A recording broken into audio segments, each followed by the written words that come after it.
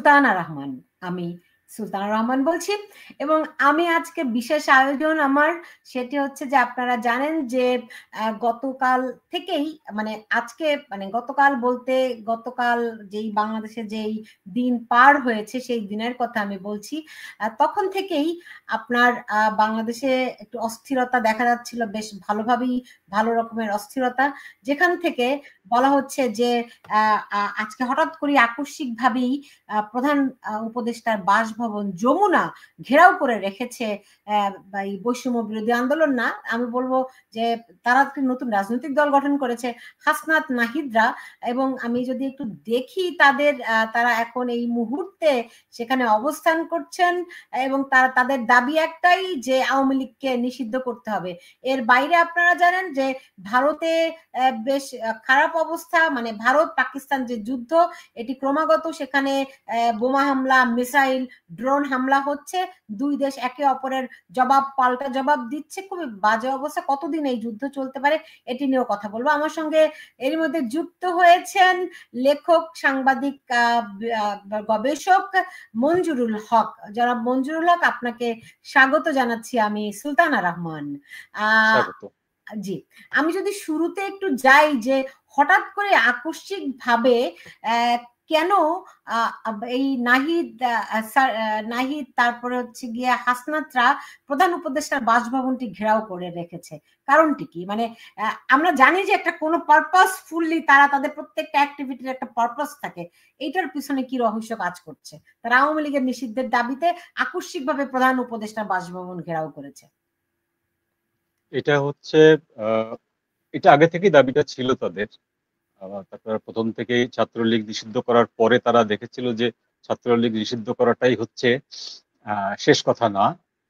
আর ইদানিং গত 1-2 মাস ধরে ক্রমাগত আওয়ামী লীগের মিছিলগুলো বড় হচ্ছিল। তো এই মিছিলগুলো বড় হওয়ার কারণে ওইটা একটা তাদের একটা চিন্তার কারণ ছিল। নাম্বার 2 হচ্ছে যে গত পরশু বেগম খালেদা জিয়া যখন লন্ডন থেকে ফিরে এসেছিলেন তখন তাকে সরকারি প্রটোকলে প্রচুর পরিমাণে গাড়ি বহর দিয়ে, লোকজন দিয়ে, আর্মি পুলিশ ব্যারিকেড দিয়ে তাকে নিরাপদে বেশ রাজকীয়ভাবে রিসিভ করা হয়েছে এয়ারপোর্টে। এইটি একটি সিগনিফিকেন্ট ঘটনা রাজনীতিতে বাংলাদেশের বর্তমানে। তো তারা এতদিন ধরে এনসিপি এতদিন ধরে বুঝতে পারছিল যে রাজনীতির মাঠে বিএনপি কেমন কোণঠাসা, তারাই ফ্রন্ট ফুটে আছে এবং জামাত ফ্রন্ট ফুটে আছে, সুতরাং তাদের এ নিয়ে চিন্তার কিছু নেই। বিএনপিকে নিয়ে তাদের খুব একটা বেশি মাথা ব্যথা ছিল না, তাদের মাথা ব্যথা ছিল আওয়ামী লীগের ফিরে আসা নিয়ে।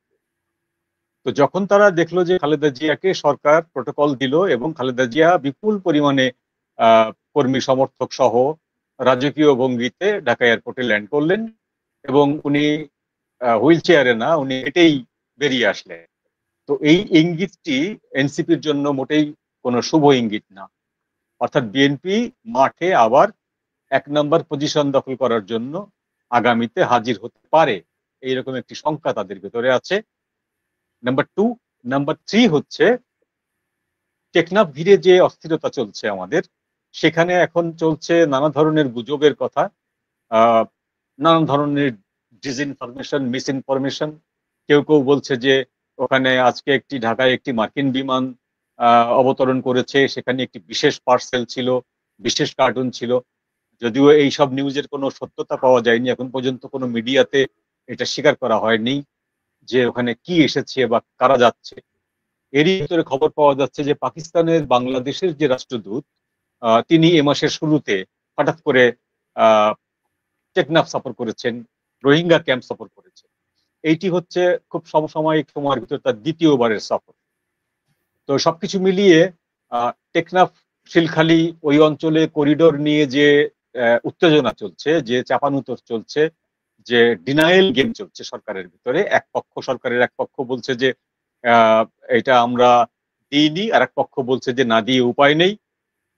এবং এটা নিয়ে আরো গভীরে যদি আলোচনা করা যায়, দেখা যাবে যে বাংলাদেশ সেনাবাহিনীর ভিতরেও দুটা কিন্তু মোটা দাগে ভাগ হয়ে গেছে। একটা গ্রুপ তাদের ওয়েবসাইটে বলছে, বাংলাদেশ সেনাবাহিনীর একটা ওয়েবসাইটের গ্রুপ বলছে যে এখানে এইভাবে করিডোরটা দেওয়া যেতে পারে, এটা আমাদের জন্য উপকার। আরেকটা গ্রুপ সরাসরি এটা নাকচ করে দিচ্ছে। তার মানে ওই বিষয়টা এখন আর শুধুমাত্র গুজবে সীমাবদ্ধ নেই। এবং এরই ভিতরে মিটিং করেছেন তৌহিদ হোসেনের সঙ্গে খলিলুর রহমান সাহেব।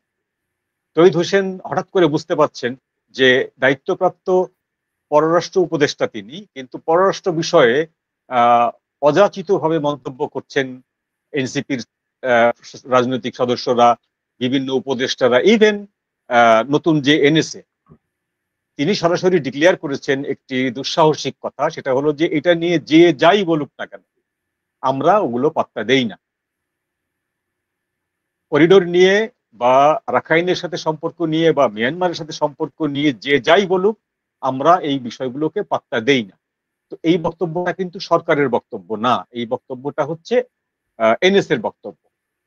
তো এখন তৌহিদ হোসেন সাহেব মনে করতেই পারেন যে দায়িত্বপ্রাপ্ত ব্যক্তি আমি বা আমার অধীনে যারা সচিব আছেন বা সহসচিব আছেন তারা কেউ, সেখানে এনএসএ কে এই কথাগুলো বলার, এটা নিয়ে একটা তাদের ভিতরে একটা ঠান্ডা লড়াই চলছে। সেটি মীমাংসার জন্য তৌহিদ হোসেনের সঙ্গে দেখা করতে গিয়েছিলেন এনএসএ প্রধান খলিলুর রহমান সাহেব। এই যে তিনটি পয়েন্ট, এক হচ্ছে টেকনাফের করিডোর, শিলখালির করিডোর, দুই হচ্ছে বিএনপির রাজকীয়ভাবে ফিরে আসা, তিন হচ্ছে যে আওয়ামী লীগকে নিষিদ্ধ করার কথা, ছাত্রলীগ নিষিদ্ধ করার পরেও গত কয়েক মাসে আওয়ামী লীগের খন্ড খন্ড মিছিলগুলো বড় হচ্ছে এবং তাদের যে মানে এনসিপির যে ক্রেডিবিলিটি, তাদের যে জনগণের কাছে গ্রহণযোগ্যতা, সেটি দিনকে দিন কমে আসছে। তাদের মিছিলে লোক হচ্ছে না, সমাবেশে লোক হচ্ছে না। অর্থাৎ তাদের এই যে জুলাই আগস্টের সময় যে স্পিডটা ছিল, যে উদ্দীপনাটা ছিল জনগণের তাদের সাথে থাকার, শিক্ষার্থীদের, সেইটি এখন দেখা যাচ্ছে না। তো সেই মানে হৃত গৌরব রিগেইন করা, ফিরে পাওয়া, প্লাস বিএনপির মোটিভটা বোঝা, প্লাস আওয়ামী লীগকে আর মিছিল করতে না দেওয়া, এরকম তিনটি লক্ষ্যকে সামনে রেখে আমার মনে হয় যে তারা প্রধান উপদেষ্টার বাসভবন ঘেরাও করেছে। তো তারা তারা কি বুঝতে পারছে না যে বাংলাদেশের মানুষ আওয়ামী লীগের নিষিদ্ধের পক্ষে নয়? কেউ এখন পর্যন্ত কেউই বলেনি যে আওয়ামী লীগকে নিষিদ্ধ করা উচিত, একমাত্র এই এনসিপি ছাড়া, তাই না? তো তারা কেমন করে আশা করে যে, এবং তাদের আপনি তাদের তাদের উপস্থিতি আপনি দেখছেন যে তারা কেমন করে আশা করে যে আওয়ামী লীগের মতো একটা বড় রাজনৈতিক দলকে নিষিদ্ধ করলে তারা খুব শান্তিতে থাকবে, তাদের পথ মসৃণ হবে? আসলেই তারা আওয়ামী লীগের নিষিদ্ধ চায় নাকি তাদের অন্য মতলব আছে? না, তাদের একটা ভয় আছে, আওয়ামী লীগকে নিয়ে তো তাদের একটা প্যানিক আছে, সেটা তো স্বাভাবিক, থাকতেই পারে। স্বাভাবিক যে আওয়ামী লীগ ফিরে আসলে তার পরিণতি, তাদের পরিণতি কি হবে এটা তো দিব্য চোখে তারা দেখতে পারে। তারা বলেও মাঝে মাঝে যে আমাদের আমাদের আমাদের গলা থেকে ফাঁসির দড়ি খুব বেশি দূরে না, এরকম অনেকবারই বলেছে তারা। কিন্তু আজকে ঘটনাটা ঘটার পেছনের যে মূল কারণ, সেটা আমার কাছে মনে হয় যে বিএনপি কে তারা এতদিন মাইনাস ফোর্স হিসাবে ধরে রাখতো। তো গতকালকে থেকে হঠাৎ করে দেখলো যে না, বিএনপি মাইনাস ফোর্স না, মাইনাস ফোর্স হলে সরকারের এত ঘনিষ্ঠ হতে পারে না বা সরকারের সাথে এত এলাই বিএনপির কিন্তু থাকার কথা না। কারণ বিএনপি বরাবরই সরকারকে চাপ দিয়ে আসছে নির্বাচনের একটা রোড ম্যাপ দেওয়ার জন্য, তারিখ দেওয়ার জন্য। তো সেইখানে বিএনপির নেত্রীকে সরকারি বাহিনী রিসিভ করছে রাজকীয়ভাবে, এইটা ওদেরকে আসলে বড় ধরনের একটা চিন্তায় ফেলেছে যে তাহলে আমাদের যে পজিশনটা সরকারের কাছে কিংস পার্টি হিসেবে, সেই পজিশনটা কিন্তু আর থাকছে না, চলে যাচ্ছে। সুতরাং যদি আমরা এইরকম একটা প্রোগ্রাম না করি তাহলে ভবিষ্যতে আমাদের দাঁড়াবার জায়গা থাকবে না, প্ল্যাটফর্ম থাকবে না। আপনি এটা একটু সরল সমীকরণ হলো কি না? কারণ দেখুন, বিএনপি না করার কারণে তারা রাষ্ট্রপতিকে অপসারণ করেনি, বিএনপি না করার কারণে তারা বিপ্লবের ঘোষণাপত্র করতে পারেনি। তো বিএনপি কে তারা লাইটলি নিয়েছে, এটা অতখানি আমার মনে হয় না। বরং তাদের অন্য কোনো মতলব আছে। দেশের ভিতরে একটা বিশৃঙ্খলা, অরাজকতা যত থাকবে তত বেশি তাদের সুবিধা। একটা chaotic সিচুয়েশন থাকলে তাদের ধরেন নির্বাচন দাবি নাই এখন, কারণ এখন পাকিস্তান ভারত যুদ্ধ নিয়ে আমরা সবাই ব্যস্ত। এখন তারা প্রধান উপদেষ্টা বাসভবন ঘেরাও, মানে মাইন্ডটাকে আপনার চিন্তাটাকে ক্রমাগত অন্যদিকে ডাইভার্ট করা, ক্রমাগত অ্যানার্কি তৈরি করে রাখা যখন একটা উদ্দেশ্য থাকে। এবং এর পেছনে আপনি যদি বললেন পাকিস্তানের রাষ্ট্রদূত কক্সবাজার গেছেন আজকে, এটি খবরটা আমিও পেয়েছি। তারপরে 5টি বড় ধরনের কভার্ড ভ্যান যেখানে লেখা ইউএন এবং কালো কালিতে ইউএন লেখা, এরকম ছবি আমার কাছেও আছে। যে এইগুলোতে করে কি পরিবহন করা হচ্ছে কেউ জানে না, এবং এগুলো যে ইউএন এর কভার্ড ভ্যান না সেটিও মোটামুটি নিশ্চিত, কারণ ইউএন লেখা থাকে ব্লু কালিতে, এটি লেখা কালো কালিতে। সুতরাং এটি একটা আই ওয়াশ। এত বড় কভার্ড ভ্যান অন্তত 5টা। তার উপরে ঢাকায় নাকি ক্রমাগত পরিবহন বিমান দেখা যাচ্ছে, হেলিকপ্টার চক্কর দিচ্ছে। সবকিছু মিলিয়ে একটা যুদ্ধ নাকি অবস্থা। আমাকে যদি একটু খোলাসা করতেন। শুধুমাত্র বিএনপি চেয়ারপারসনের ফেরত আসা, রাজকীয় ট্রিটমেন্ট পাওয়াটাই কি মানে আপনি এখন এটা যে আপনি যেটা বললেন এটা হচ্ছে দীর্ঘদিন ধরে চলে আসছে, এটি আমরা দেখে অভ্যস্ত। যে আমি এর আগেও আপনার অনুষ্ঠানে বলেছি যে ডক্টর ইউনূসের হাতে অনেকগুলো অপশন আছে নির্বাচনকে পিছিয়ে দেওয়ার জন্য, অনেকগুলো অপশন। একটা অপশন কার্যকর হলে বা ফেল করলে উনি পরের মাসে আর একটা অপশন পাবেন, এরকম অনেকগুলো অপশন কিন্তু ওনার হাতে স্টোর হয়ে আছে। তার ভিতরে অন্যতম অপশন হচ্ছে যে দেশে যুদ্ধ অবস্থা বিরাজ করছে।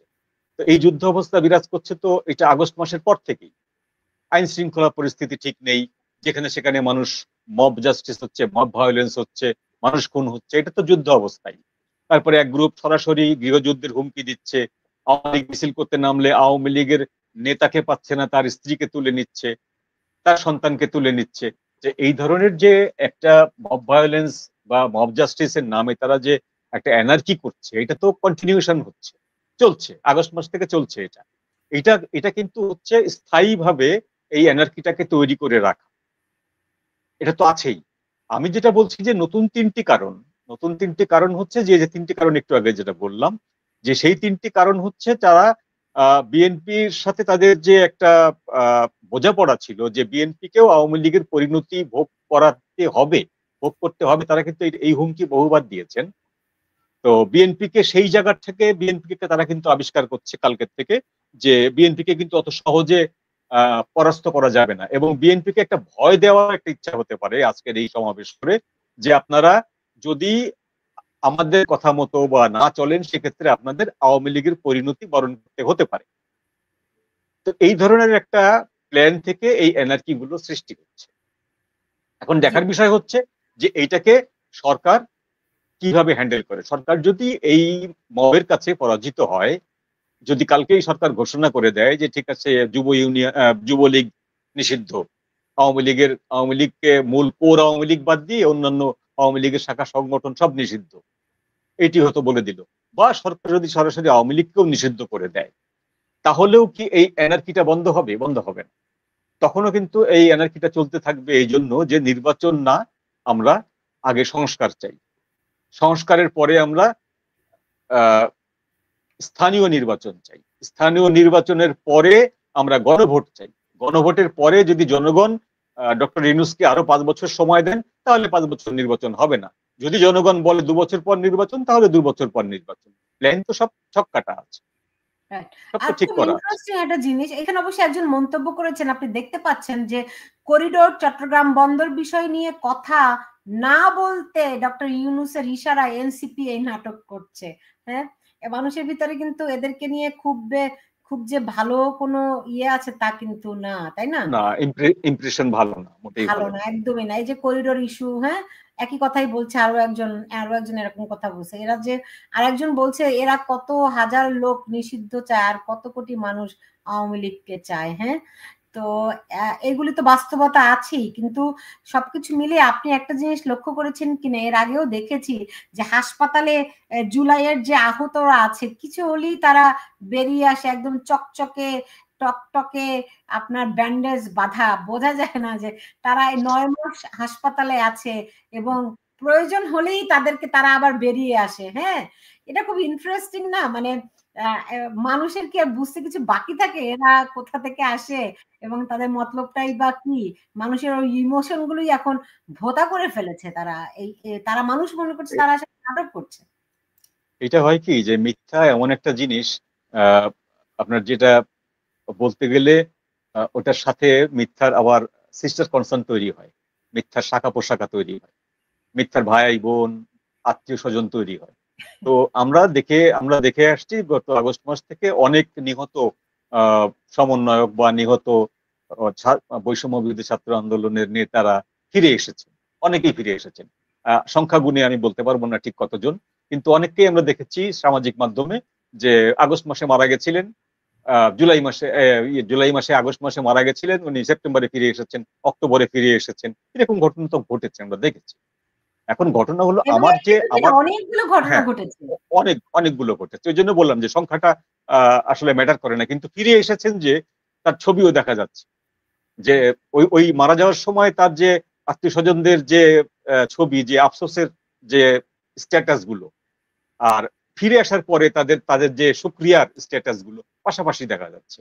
তো এটা এটা একটা বিষয়। তার থেকে বড় একটা সিগনিফিকেন্ট বিষয় হচ্ছে, যেটি আমরা এখন পর্যন্ত আলোচনা করিনি এই অনুষ্ঠানে, সেটি হচ্ছে যে যারা বাংলাদেশে সারা জীবন ধরে মার্কিন সাম্রাজ্যবাদ, মার্কিন দখলদার, সাম্রাজ্যবাদী পুঁজি, সাম্রাজ্যবাদী দখলদারিত্ব, এইসব কথা বলে এসছেন, এইসব বলে বলে রাজনীতি করেছেন, সেই ব্যক্তিবর্গগুলো বা এবং সেই পার্টিগুলো দেশের এত বড় একটা ঘটনা ঘটার পরে একটি বিবৃতি ছাড়া, পার্টিগতভাবে একটি অফিসিয়াল বিবৃতি ছাড়া আর কোনো ভূমিকা কিন্তু নেননি।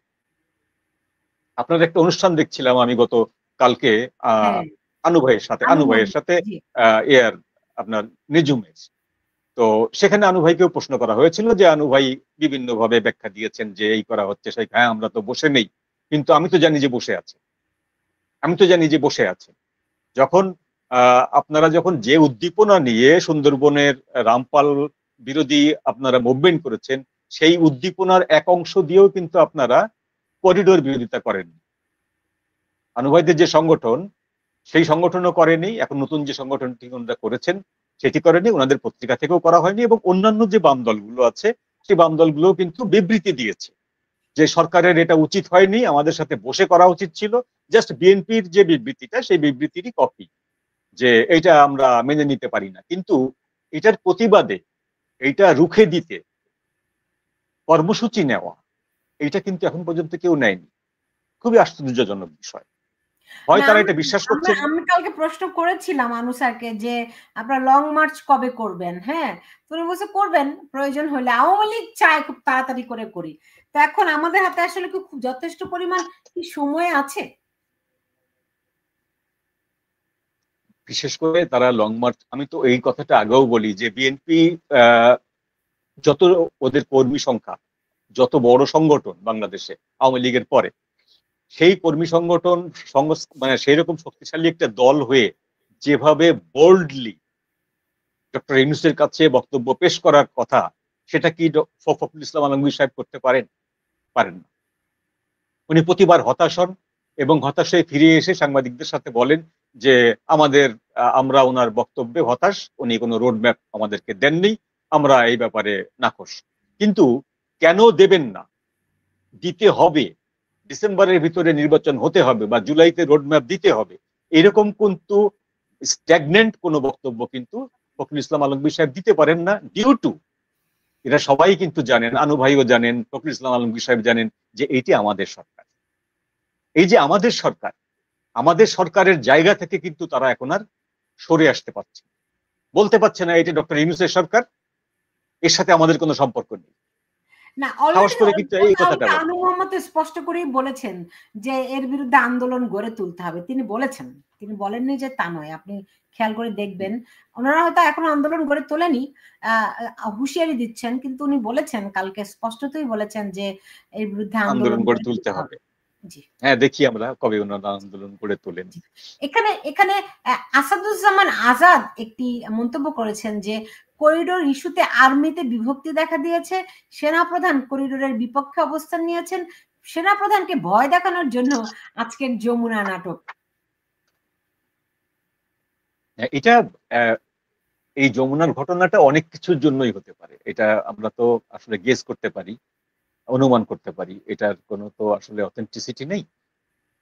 তো একটা একটা প্রসেশন দিয়ে বা একটা অবস্থান ধর্মঘট করে অনেকগুলো জিনিস অ্যাচিভ করা যেতে পারে, অনেকগুলো টার্গেট হয়তো থাকে, দেখা যাবে যে একটা অ্যাচিভ হলো বাকিগুলো হলো না, সেটা হতে পারে। হ্যাঁ, সেনাপ্রধানকে এক ধরনের এই হুমকি তো দেওয়ার দরকার নেই, সেনাপ্রধানকে তারা সরাসরি হুমকি দিয়েছে।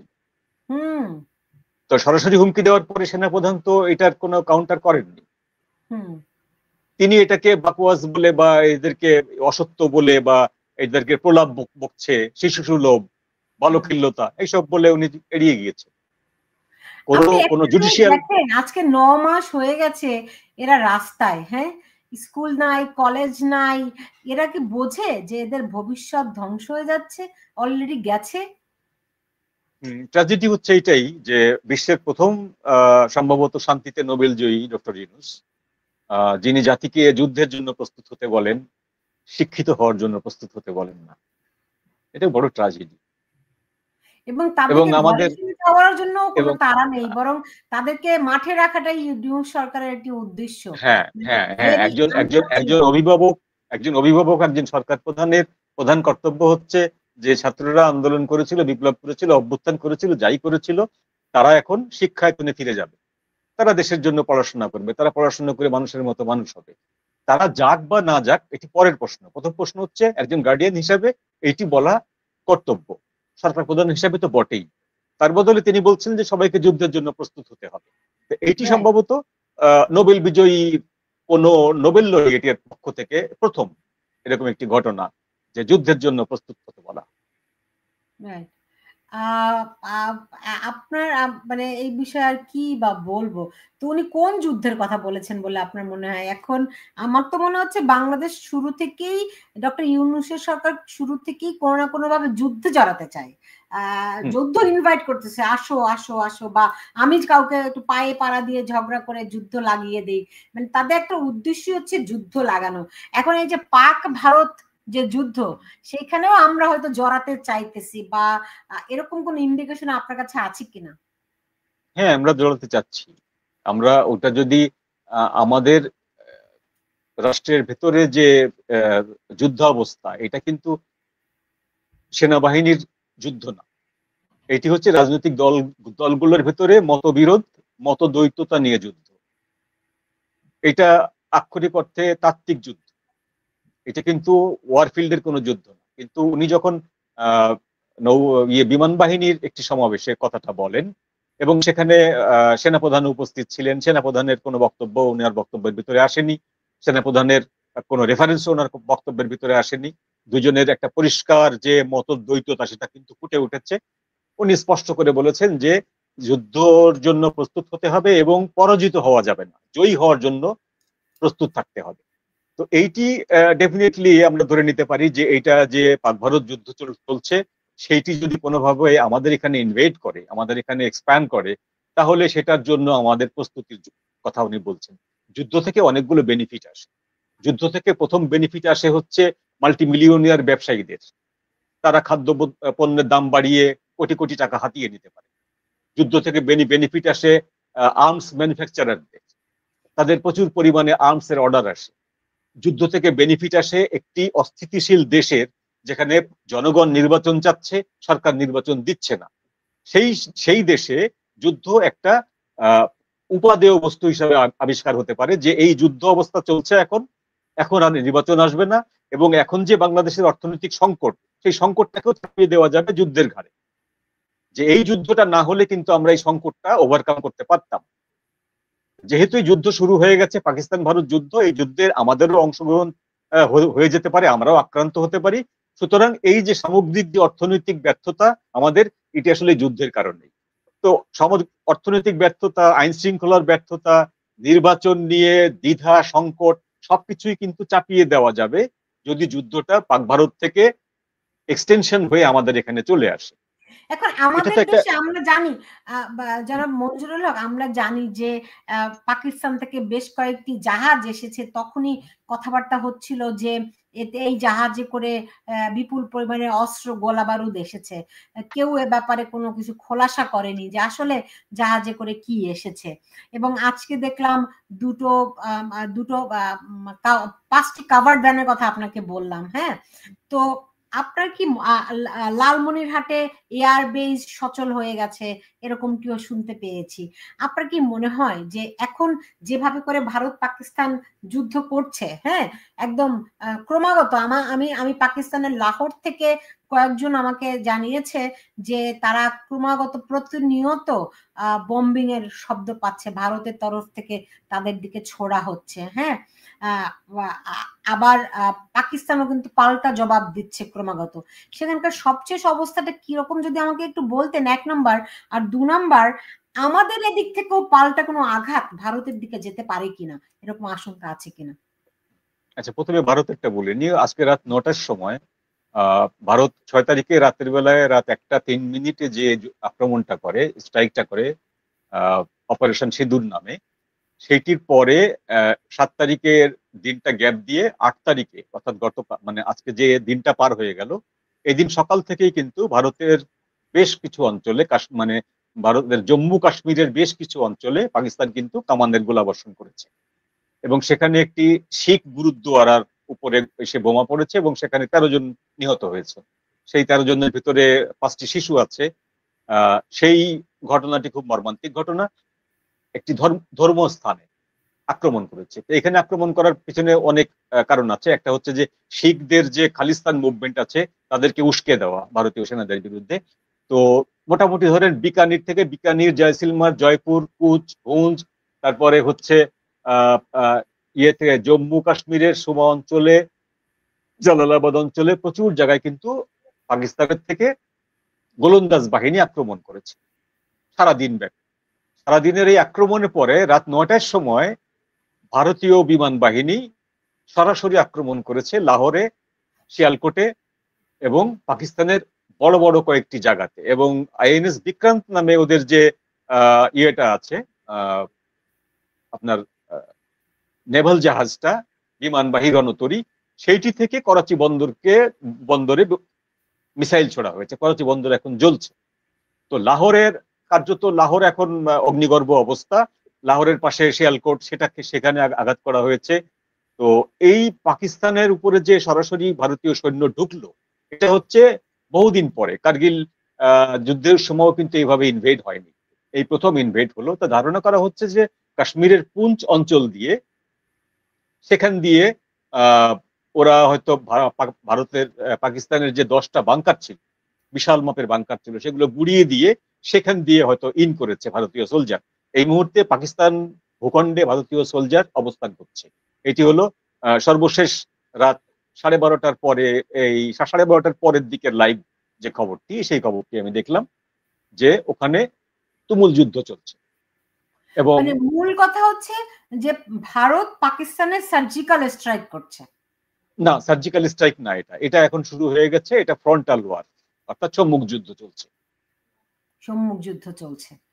তো আমরা আমরা আমরা জানি যে বাংলাদেশ, হ্যাঁ, আজকে রাত 9টা থেকে যেটা হচ্ছে, এটা সার্জিক্যাল ওয়ারের পর্যায়ে পড়ে না, এটা সরাসরি কনফ্রন্টেশন, সম্মুখ যুদ্ধ হচ্ছে। ওকে, আমরা গতকাল দেখেছিলাম যে ভারত সরাসরি কোনো সামরিক স্থাপনায়, পাকিস্তানের কোনো সামরিক স্থাপনায় আঘাত করেনি, এবং এমনটি ধারণা করা হয়েছিল বা বলা হচ্ছিল যে ফ্রন্টাল যুদ্ধটি অ্যাভয়েড করার জন্যই তারা সন্ত্রাসী স্থাপনায় হামলা করেছে। তো কিন্তু পাকিস্তান সরাসরি ভারতের সামরিক স্থাপনার উপর হামলা করেছে, প্লাস তারা তারা পাঞ্জাবের এয়ারপোর্ট সম্ভবত এখন এই মুহূর্তে ব্ল্যাক আউট রয়েছে, পুরো পাঞ্জাবই বোধহয় ব্ল্যাক আউটের মধ্যে রয়েছে নাকি? নট অনলি পাঞ্জাব, আপনার পাকিস্তান সীমান্ত জুড়ে যতগুলো এয়ারপোর্ট আছে সবগুলো এয়ারপোর্ট হচ্ছে ব্লক করে দেওয়া হয়েছে, সীমিত করে দেওয়া হয়েছে। ওখানে ব্ল্যাক আউট চলছে। অন্যান্য এয়ারপোর্ট গুলো সচল আছে। আর বিশেষ করে জম্মু কাশ্মীরের আশেপাশে যে এয়ারপোর্ট গুলো, সেগুলো কালকে থেকেই বন্ধ আছে। দিল্লি এয়ারপোর্ট কালকে থেকেই বন্ধ আছে। আর এমনিতে যেটা ইনস্ট্যান্টলি যেটা বন্ধ হয়ে গেছে সেটা হচ্ছে যে ধর্মশালায় যে ক্রিকেট ম্যাচটি হচ্ছিল আইপিএল এর, সেই ম্যাচটি মাঝপথে বন্ধ হয়ে গেছে এবং ধর্মশালা কুইট করে দেওয়া হয়েছে, সেখানকার 20,000 লোক ওখান থেকে সরিয়ে নেওয়া হয়েছে। তো এখন যে আক্রমণটা পাকিস্তানের সামরিক স্থাপনায় ভারত আক্রমণ গতকালকে করেনি, গত পরশু করেনি, কিন্তু আজকে করেছে। আজকে উভয়ের সামরিক স্থাপনায় আক্রমণ করেছে এবং এখন এখন যেটা হচ্ছে যে সবগুলোই কিন্তু অসমর্থিত। এখন যে ছবিগুলো পাওয়া যাবে সোশ্যাল মিডিয়াতে, এখন যে ফুটেজ গুলো পাওয়া যাবে সোশ্যাল মিডিয়াতে, সেগুলো সবই অসমর্থিত। কোনোটাই কিন্তু আপনি সত্য বলতে পারবেন না বা মিথ্যা বলতে পারবেন না, কারণ প্রচন্ড রকম আক্রমণ হচ্ছে, প্রতি আক্রমণ হচ্ছে। এটার হয়তো সঠিক খবরটি পাওয়া যাবে আগামীকাল সকালের দিকে। আজ রাতে আর এই ধরনের সঠিক খবর পাওয়া যাবে না। তবে অনেক হতাহতের ঘটনা ঘটেছে, অনেক হতাহতের ঘটনা ঘটেছে এবং ভারতের হাতেও পাকিস্তানের কয়েকজন সোলজার গ্রেপ্তার হয়েছে, ভারতেরও কয়েকজন সোলজার পাকিস্তানের হাতে গ্রেপ্তার রয়েছে।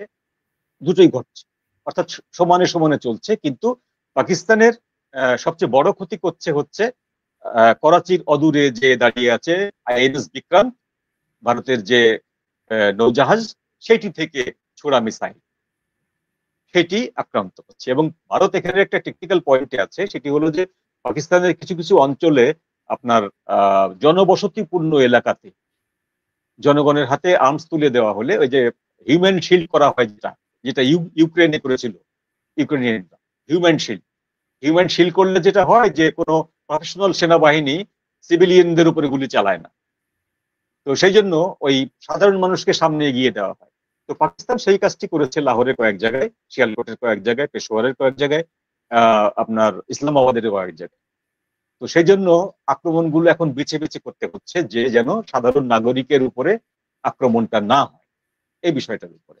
আর আপনি যে বিষয়টিকে বলছিলেন যে কনসিকুয়েন্স, এই এই যে এখন সম্মুখ যুদ্ধ চলছে, এইটার কোনো আঁচড় বাংলাদেশের উপরে পড়বে কিনা, বাংলাদেশের উপরে পড়বে কিনা, এটা আমরা এখন পর্যন্ত কিন্তু কেউ বলতে পারি না, কারণ আমরা জ্যোতিষী নই, ভাগ্য গণনা করতে পারবো না।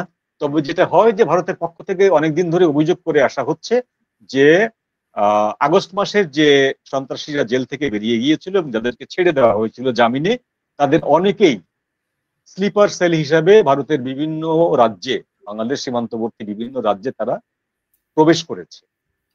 সুতরাং এইটি ভারতের জন্য একটি মাথা ব্যথার কারণ। তারা সেখানে নাশকতা করতে পারে। এই নাশকতা যদি করে এবং সেটা যদি প্রমাণিত হয় যে এটা বাংলাদেশ থেকে এসে করা হয়েছে, তাহলে বাংলাদেশের জন্য কিন্তু একটা বিপদের সম্ভাবনা থেকে যাচ্ছে। আমি তো এরকম বিপদের কথাই শুনতে পাচ্ছি, কারণ আপনি জানেন যে মুর্শিদাবাদে বাংলাদেশের কয়েকজন জঙ্গির উপস্থিতির কথা আমরা শুনেছিলাম। তারা কি এখনো মুর্শিদাবাদে আছে নাকি বাংলাদেশে আবার প্রবেশ করেছে? আপনি জানেন যে গতকাল মাসুদ আজহারের পরিবারের উপর হামলা হয়েছে, তার পরিবার নিহত হয়েছে, কিন্তু মাসুদ আজহার কিন্তু নিহত হননি।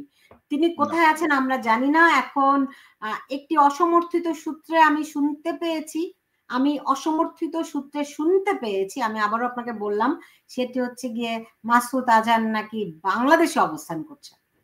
হ্যাঁ, এটা আমিও শুনেছি, কিন্তু এটার পেছনে শক্ত কোনো এভিডেন্স বা কোনো ক্লু পাওয়া যাচ্ছে না যে উনি বাংলাদেশে এসছেন। কারণ হচ্ছে যে পাকিস্তান থেকে ভারতীয় এয়ার স্পেস ব্যবহার করা নিষিদ্ধ হয়েছে 7 দিন আগে। সুতরাং পাকিস্তান থেকে সরাসরি ভারতের উপর দিয়ে কোন বিমান আসতে পারবে না, তাকে আসতে গেলে দুবাই হয়ে আসতে হবে। তো যদি আক্রমণের ঘটনাটা 8 তারিখে ঘটে, 6 তারিখে রাতে ঘটে, তাহলে 7 তারিখেই বা 6 তারিখেই তিনি দুবাই হয়ে বাংলাদেশে চলে এসছেন, এটা ঠিক বিশ্বাসযোগ্য হয় না। আবার হতে আগে এসছেন এমনটি অভিযোগ রয়েছে। হ্যাঁ, তাও হতে পারে। আবার অনেকদিন আগেই এসেছেন। হ্যাঁ, তার কিন্তু বক্তব্য, আবার এই তার পরিবার নিহত হওয়ার পরে তার যে বক্তব্য, সেই বক্তব্য কিন্তু পাকিস্তানি সাংবাদিকরা ধারণ করেছে, সেটাও কিন্তু এসছে। তাতেও আবার মনে হয় যে তিনি পাকিস্তানেই আছেন। তিনি ওই তার 14 জন আত্মীয় নিহত হওয়ার কষ্টে উনি বলেছেন যে আমি কেন বেঁচে আছি, আমি কেন মরে গেলাম না। এরকম একটি বক্তব্য তিনি সাংবাদিকদেরকে দিয়েছেন। জি। এই মর্মেও খবর আছে। তো ওইটাই আপনি যেটা বললেন ওটাই ঠিক, যে অসমর্থিত খবর। হতেও পারে যে তিনি বাংলাদেশে অবস্থান করছেন, আবার হতেও পারে যে না, তিনি বাংলাদেশে নেই। ওকে। আপনাকে আরেকটা প্রশ্ন আমি রেখেছিলাম যে ধরেন বাংলাদেশে লালমনিরহাটে এয়ারবেস হয়েছে। আমাদের আমাদের এদিক থেকে নানানভাবে আমরা দেখেছি যে ভারতকে উস্কানি দেওয়ার অনেক রকম চেষ্টা অপচেষ্টা হয়েছে। তো এখন যেহেতু ওই ফ্রন্টে যুদ্ধ শুরু হয়ে গেছে, সো ভারতকে চাপে রাখার জন্য এদিক থেকেও একটা একটা আমরা আমরা কোনো যুদ্ধ বাঁধানোর অপচেষ্টা করতে পারি কিনা, যেটি আমরা শুরু থেকেই দেখছি। সেটা করতে পারি, কিন্তু লালমনিরহাট দিয়ে না। লালমনিরহাট এয়ারবেসটা পরিত্যক্ত এখনো। ওটার অর্থায়ন করবে চীন, আর কনস্ট্রাকশনের কাজ করবে পাকিস্তান। এই মর্মে চুক্তি হয়েছে। তো চীন এবং পাকিস্তান দুটি দেশের কেউই এখন ওই জায়গাটায় ইনভেস্ট করার মতন অবস্থায় আর নেই, যেহেতু পাকিস্তানের যুদ্ধ শুরু হয়েছে। তো লালমনিরহাটটি বাদ। লালমনিরহাট এয়ারবেস যেটা ব্রিটিশ আমলের পরিত্যক্ত, ওর থেকে 20-22 কিলোমিটার দূরেই হচ্ছে ভারতের হাসিমারা এয়ারবেস। পূর্বাঞ্চল বা দক্ষিণাঞ্চলের সবচেয়ে বড় এয়ারবেস যেটা হাসিমারা, সেই হাসিমারাতে যে ধরনের বিমান ও ওদের যুদ্ধ বিমান ডিপ্লয় করা আছে, একই ধরনের যুদ্ধ বিমান কিন্তু পাকিস্তান সীমান্তে আছে। অর্থাৎ পাকিস্তান সীমান্তে যে ধরনের অস্ত্রপাতি আছে, ঠিক সেম ধরনের অস্ত্রপাতি কিন্তু ওদের হাসিমারা বেজে আছে। এবং অন্যান্য যে ত্রিপুরা এবং মিজোরাম এবং অরুণাচল প্রদেশ বা মেঘালয়, এইসব অঞ্চল দিয়ে যে সাধারণ বিএসএফ থাকার কথা বা সাধারণ সৈন্য থাকার কথা, তার বদলে কিন্তু সরাসরি মিলিটারি আছে, মিলিটারি ডিভিশন আছে, কোর আছে। এবং সেখানে বললাম তো যে পশ্চিমে যে পরিমাণ ওদের আর্মস অ্যামুনিশন আছে, ঠিক সেই আর্মস অ্যামুনিশন আমাদের সীমান্তেও আছে। সুতরাং এই দিক দিয়ে যদি কোন রকম কোনো উস্কানিমূলক কোনো কিছু হয়, তাহলে ভারত এখানে আক্রমণ করতে দুইবার ভাববে বলে আমার মনে হয়। তো আমাদের তো এরকম একটা ঘোষণা অলরেডি একজন দিয়েছিলেন, যদিও সেই ঘোষণার সাথে সরকার দ্বিমত প্রকাশ করেছে। সরকার বলেছে এটি আমরা একমত নই। ওই যে ফজলুর রহমান সাহেব, বিডিআর এর প্রাক্তন ডিজি, উনি বলেছিলেন যে ভারত পাকিস্তান যুদ্ধ হচ্ছে, এই সুযোগে আমরা চীনের সহায়তায় ভারতের 7 সিস্টার দখলে নিয়ে নেব। তো এটা ব্যাখ্যা দিয়ে উনি ফেসবুকে বিরাট পোস্ট লিখেছে, ব্যাখ্যা ট্যাখ্যা দিয়ে। তো পরে সরকারের পক্ষ থেকে বলা হয়েছে, পররাষ্ট্র দপ্তরের পক্ষ থেকে, যে এটা আমাদের বক্তব্য নয় বা আমরা এই বক্তব্য সমর্থন করি না।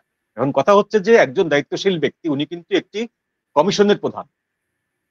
বিডিআর হত্যাকাণ্ডের কে যে নতুন করে তদন্ত করা হচ্ছে, সেই তদন্ত কমিশনের প্রধান উনি। তো একজন কমিশন প্রধান এবং একজন প্রাক্তন লেফটেন্যান্ট জেনারেল, তিনি যদি এই ধরনের একটি কথা বলেন, তাহলে যে উগ্রবাদীরা সকাল বিকাল ভারত বিরোধিতা করে বা ভারতকে খেয়ে ফেলে, ভারতের 7 সিস্টার দখল করে ফেলে, তারা যে উৎসাহিত হবে না, এর তো কোনো গ্যারান্টি নেই। তারা উৎসাহিত হতে পারে। তারা উৎসাহিত হওয়ার পরে ত্রিপুরার দিকে মার্চ করতে পারে। একবার তো হাসনাতরা ত্রিপুরার দিকে মার্চ করেছিল, এখন ত্রিপুরার দিকে এই আওয়ামী লীগ এই মার্চ যে করেছিল। এখন জমায়েত, এখন হ্যাঁ, এই যে জমায়েত, এরা যদি এরকম একটা এই যে জমায়েত, হ্যাঁ, আজকে যারা যমুনার সামনে সমবেত হয়েছে, হ্যাঁ, তো এরা যদি কোনো কারণে শেখ হাসিনা ভারতে আছে, চলুন ভারতের দিকে মার্চ করি, ইউ নেভার নো। আর ডক্টর ইউনূস সরকার বলা হচ্ছে যে তার প্রথম থেকেই টার্গেট একটা যুদ্ধ, দেশে একটা অস্থিতিশীলতা তৈরি করে রাখা, যাতে করে নির্বাচন নিয়ে কেউ কথা না বলে, নির্বাচনের কথা না ভাবে, তার যেন ক্ষমতা দীর্ঘায়িত হতে পারে। ফলে এরকম কিছু করে বসাটা কি অস্বাভাবিক হবে বলে আপনার মনে হয়? আমার কাছে এখনো স্বাভাবিক মনে হচ্ছে এই জন্য যে ডক্টর ইউনূস তো আসলে অত কাঁচা বুদ্ধির মানুষ না। উনি যথেষ্ট প্রাজ্ঞ মানুষ, বিশ্ব ঘোরা মানুষ, বিশ্বের বিভিন্ন মানুষের সাথে যোগাযোগ করা মানুষ। উনি একটা ওয়ার্ল্ড ফেমাস মানুষ। উনি এত বালুফিল্য চিন্তা করবেন না, কারণ জানেন যে ভারত যদি যুদ্ধ এখানে স্কালেট করে বাংলাদেশে, তাহলে সর্বপ্রথম আক্রান্ত হবেন কিন্তু উনি। সর্বপ্রথম কিন্তু রেজিম চেঞ্জ হয়ে যাবে। তো এই এই বিপদকে উনি কিন্তু স্বাগত জানাবেন, এইরকম কাজ উনি করবেন বলে আমার মনে হয়। তো এমনিতে যে বাংলাদেশে যারা উস্কানি দেয়, এই একটা গ্রুপ আছে, যে তারা ওই ফেসবুকে বিভিন্ন সামাজিক মাধ্যমে ভারতকে দেখে নেবে, ম্যাপ ট্যাপ ঘোষণা করে। এদের উস্কানিটা এগুলো চলবে, এরা পাকিস্তানের পক্ষে কথা বলবে, এরা বিভিন্ন সামাজিক মাধ্যমে কথা বলবে। এই উস্কানিগুলোকে ভারত গুরুত্ব দেবে না, ভারত স্বাভাবিকভাবে এগুলো গুরুত্ব দেবে না। কিন্তু যদি আমাদের ফজলুর রহমানের মতো কোনো জেনারেল সাহেব বলে বসে যে আমরা ত্রিপুরার দিকে মার্চ করব, আমরা মেঘালয়ের দিকে মার্চ করব, সেক্ষেত্রে ভারত বসে থাকবে বলে মনে হয় না। এটা বিপজ্জনক। বুঝতে পেরেছি। তবে এর থেকে বিপজ্জনক যেটা, সেটা হলো যে ভারত তার নিজের অর্থনীতিকে মজবুত করার জন্য, জনগণের ফুড সাপ্লাই চেইনটাকে কন্টিনিউ রাখার জন্য আপাতত বিশ্বের সমস্ত জায়গায় তারা যেখানে যেখানে খাদ্য এক্সপোর্ট করতো, রপ্তানি করতো, সেগুলো সব বন্ধ করে দিয়েছে। সেই হিসাবে বাংলাদেশে যে তারা সাপ্লাই দিত, ফুড সাপ্লাই দিত, বিভিন্ন চাল গম সাপ্লাই দিত, সেটাও কিন্তু বন্ধ হয়ে যাবে বা বন্ধ হয়ে গেছে অলরেডি। এইটা বাংলাদেশের জন্য একটা অশনি সংকেত, হার্মফুল। কারণ বার্মা থেকে কিন্তু এক ছটাক চালও এখন আসবে না, পাকিস্তান থেকেও আসবে না, চীন থেকেও আসবে না। এটা আমাদের আমাদের জনগণের জন্য একটা অশনি সংকেত বা একটা দুঃসহ ঘটনা বয়ে আনতে পারে। এর সঙ্গে আমরা যদি বলি ভারতের দিক থেকে তো আমরা একটা আশঙ্কা বুঝলামই, আমরা তো মিয়ানমারের দিক থেকেও আশঙ্কার মধ্যেই আছি।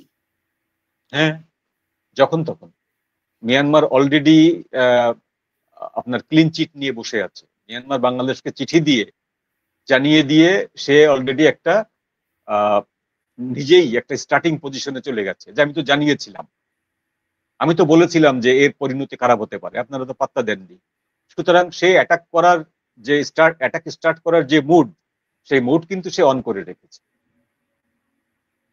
এখন যদি সে দেখে যে সন্দেহজনক কার্গো ঢুকছে, তার তো সেখানে ইন্টেলিজেন্স আছেই, তার ইন্টেলিজেন্স দিয়ে যদি সে দেখে যে সন্দেহজনক কার্গো ঢুকছে রাখাইনে, আরাকান আর্মির কাছে, সে ওখানে অ্যাটাক করতেই পারে। এবং এটা বাংলাদেশকে আগে ভাগেই তারা জানিয়ে দিয়েছিল। সুতরাং ওই বিপদটাও বাংলাদেশের ঘাড়ে আছে। তো সবকিছু মিলিয়ে বাংলাদেশ খুব বাজে অবস্থায়, টার্গেটে আছি, অবশ্যই টার্গেটে আছি। আমরা মোটেই খুব নিরাপদ অবস্থানে নেই। ওকে, এখন যদি সত্যি সত্যি একটা টার্গেটে আমরা পরিণত হয়ে যাই, আমরা ঘনবসতি, আমাদেরকে সরকারের তরফ থেকে কিছুই জানানো হচ্ছে না, আমরা শুধু অ্যাজাম্পশন করছি, আমরা শুধু তথ্যের উপর তথ্য সাজাচ্ছি, সরকার এই যে একটা যুদ্ধ শুরু হয়েছে এটারও কোনো প্রতিক্রিয়া এখন পর্যন্ত জনগণকে কিছু জানায়নি, তাই না? আমাদের পররাষ্ট্র যেই নীতি, যদিও আমি এটাতে বিলিভ করি না, তারপর একটা সুন্দর পররাষ্ট্র নীতি, সকলের সঙ্গে বন্ধুত্ব, কারো সঙ্গে শত্রুতা নয়, তাই তো? কিন্তু জনগণকে তো তারা এই যে একটা যুদ্ধ পরিস্থিতি, এবং আমরা আমাদের দুইটা মাত্র প্রতিবেশী, দুই প্রতিবেশীর টার্গেটে পরিণত হয়ে আছি আমরা, কিন্তু সরকারের তরফ থেকে এখনো কিছু জানানো হচ্ছে না আমাদেরকে। এটা খুব কাণ্ডজ্ঞানহীন, দায়িত্ব জ্ঞানহীনের পরিচয় দিচ্ছে না সরকার? নিশ্চিতভাবে আমার জানা মতে ভারত পাকিস্তানের সীমান্তবর্তী যতগুলো দেশ আছে, প্রত্যেকটা দেশে যুদ্ধ শুরু হওয়ার পরপরেই, অর্থাৎ যুদ্ধ মানে কি 22 এপ্রিলের পরপরেই কিন্তু নেপাল, শ্রীলঙ্কা, ভুটান, আফগানিস্তান, চীনের তো প্রস্তুতি নেওয়ার কিছু নেই, তার কথা বাদ দিলাম, কিন্তু নেপাল, ভুটান, আফগানিস্তান, শ্রীলঙ্কা, এরা তো দুর্বল দেশ। এরা তাদের জনগণকে তারা কিন্তু সতর্ক করেছে এই যুদ্ধের বিষয়ে।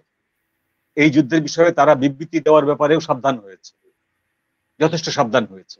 এবং নেপালে যে মুভমেন্ট হচ্ছিল, রাজতন্ত্র ফিরিয়ে আনার মুভমেন্ট, সেই মুভমেন্টে ভারতের ইন্ধন ছিল বলে ভারতের সঙ্গে একটা সম্পর্কের ভিতরে একটা উষ্ণতা তৈরি হয়েছিল, সেটাও তারা কিন্তু মিটিয়ে ফেলেছে এই ঘটনাগুলোর আগে। সুতরাং নেপাল, ভুটান, শ্রীলঙ্কা, আফগানিস্তান প্রত্যেকেই তার নিজ নিজ স্বার্থ বুঝছে, তার জনগণের কথা চিন্তা করে তারা কিন্তু জনগণকে সতর্ক করছে, নিজেরা সতর্ক হচ্ছে, এক্সেপ্ট বাংলাদেশ। আমরা এখনো লাফাচ্ছি, আমাদের সরকার এখনো লাফাচ্ছে, আমাদের জনগণের ভিতরে একটা অংশ এখনো লাফাচ্ছে, লড়কে লেঙ্গে পাকিস্তান, সেই পাকিস্তানি সেই ধোয়ার মতো। এটা আমাদেরকে খেসারত দিতে হতেই পারে, আমার যদি এটা বাড়তে থাকে আমাদের। মোরওভার আমি আজকে দেখলাম, আজকে পুলিশের পক্ষ থেকে একটি নির্দেশনা দেওয়া হয়েছে, হিন্দু সম্প্রদায়ের উপর হামলা আক্রমণ হতে পারে, এমন এই ব্যাপারে পুলিশের পক্ষ থেকে আপনার সতর্ক বা দায়িত্ব, মানে সতর্ক থাকতে বলা হয়েছে, পুলিশকে অ্যাওয়ার করা হয়েছে। আপনি নিশ্চয়ই জানেন এই বিষয়ে? এটা আমেরিকা থেকে এসেছে 2 মাস আগে, ভারত থেকে এসেছে 1.5 মাস আগে। সেটা আমাদের পুলিশ এখন রিয়াক্ট করলো আর কি। ভারত থেকে 1.5 মাস আগেই বলা হয়েছে বাংলাদেশে যে কোনো সময় বিশেষ বিশেষ স্পর্শকাতর জায়গায় জঙ্গি আক্রমণ হওয়ার সম্ভাবনা আছে, এবং যে কারণে আমেরিকা, কানাডা, ব্রিটেন এই 3টি দেশ কিন্তু তাদের ওখানে যে সিগন্যাল দেয় ওদের জনগণের জন্য 1, 2, 3, 4 করে, সেই সিগন্যালে আমাদের হিল ট্র্যাক্স অঞ্চলে হচ্ছে 4 নম্বর সিগন্যাল দেওয়া, অ্যাওয়ারনেস, যে ওখানে একেবারেই যাওয়া নিষেধ। আর ঢাকা সহ অন্যান্য জায়গায় দেওয়া আছে 3 নম্বর করে, এবং বিশেষভাবে বলা আছে ঢাকাতে, খুব দুঃখজনক একটি কথা, খুব লজ্জাজনক, আমেরিকান স্টেট থেকে একটি বিবৃতি এসছে। সেই বিবৃতিটি এরকম যে বাংলাদেশের কোনো মিছিল বা মিটিং এ কোনো আমেরিকান যেন ওখানে না যায়। আপাত দৃষ্টিতে ওই মিটিংটি শান্তিপূর্ণ মনে হলেও যে কোনো মুহূর্তে ওইটি সহিংস হয়ে উঠতে পারে এবং পকেটমারি হয় ওখানে। এইটা একটা জাতির জন্য কতটা লজ্জাজনক যে ওখানে পকেটমার হয়, আপনার পকেট কাটা যেতে পারে। একজন আমেরিকান নাগরিককে তার সরকারের প্রতিনিধিরা বলছে যে পকেট মারিং হতে পারে, সুতরাং আপনি ওখানে যাবেন না। শান্তিপূর্ণ মিছিল দেখলেও বা শান্তিপূর্ণ মিটিং দেখলেও সেখানে যাবেন না, কোনো পাবলিক গ্যাদারিং এ যাবেন না। এভাবে 3 নম্বর সতর্কবাণী তাদেরকে দেওয়া হয়েছে। এটা আমাদের জাতির জন্য কতখানি লজ্জাজনক যে আমরা মানুষের পকেট মারি পর্যন্ত। জি, আমি শেষ করব।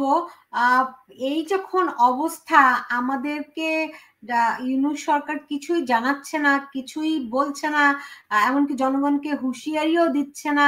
এটা কি শুধুমাত্রই তারা অনির্বাচিত সরকার সেই জন্য, নাকি তারা, আমি শুরু থেকে যেটি আপনার কাছ থেকে জানার চেষ্টা করছি, তারা দে আর ইনভাইটিং ওয়ার? আমি যদি বলি যে প্রথম থেকেই তিনি যে শব্দটি ব্যবহার করেছিলেন, আমি সেই আগস্ট মাসের শব্দটি ব্যবহার করতে মনে করি, যে এই যে এনার্কি গুলো হচ্ছে বা এই যে হিন্দুদের উপরে আক্রমণ হচ্ছে, এইটি আসলে রাজনৈতিক কারণে হচ্ছে, ধর্মের কারণে হচ্ছে না, ধীরে ধীরে কমে আসবে। তো ডক্টর ইউনূস ধীরে ধীরে কমে আসার থিওরিতে বিশ্বাস করেন। সে কারণে তিনি কোনো জনগণকে কোনো সতর্ক করছেন না, কাউকে কোনো সতর্ক করছেন না, তার মন্ত্রী পরিষদকে সতর্ক করছেন না, সেনাবাহিনীকে করছেন না, সেনাবাহিনীর সাথে বসছেন না এইসব বিষয় নিয়ে। তার মানে এটা হচ্ছে উনি মনে করছেন অ্যাজ ইউজুয়াল ধীরে ধীরে কমে আসবে, এইটা যুদ্ধটাও ধীরে ধীরে কমে আসবে।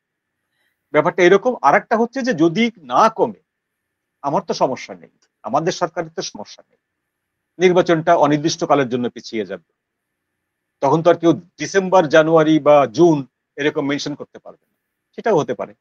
এক ঢিলে দুই পাখি। এটাই চাচ্ছেন আর কি। আমি 2-একটা কমেন্ট পড়ে আসি।